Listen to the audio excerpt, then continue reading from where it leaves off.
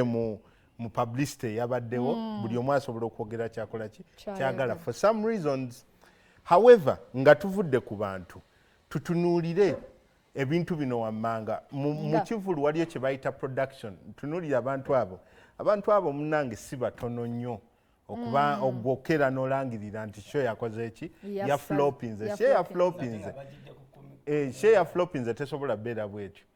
So you would realize nti one production waliyo ekigambo kye bayita production mu Kivvulu. Production mulimu lighting, mulimu stage design, mulimu sound, okiwulira ebintu ebyo byabadde perfectly executed.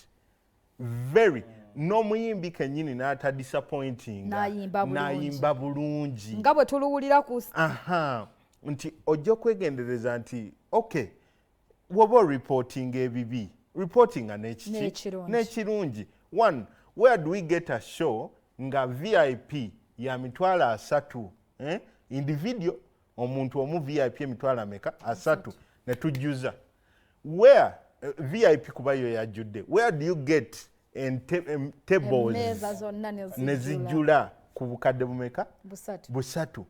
So do you want to tell me nti ekintu ekyo kibi nnyo si kirungi na kwogerako okuba nti tuyambako okuzimba naddala fraternity eno eri mukulu obukuzi eya gospel nti omukyalo oyo ye yavuddeyo era I really want to congratulate you Gabi okuba nti upon a very beautiful show, and then congratulate the gospel fraternity okuba nti yasobodde okuvaayo nejja ne supporting omuntu waayo we. Yes. Sibula busibuzi esibula kale katweddeko seconds.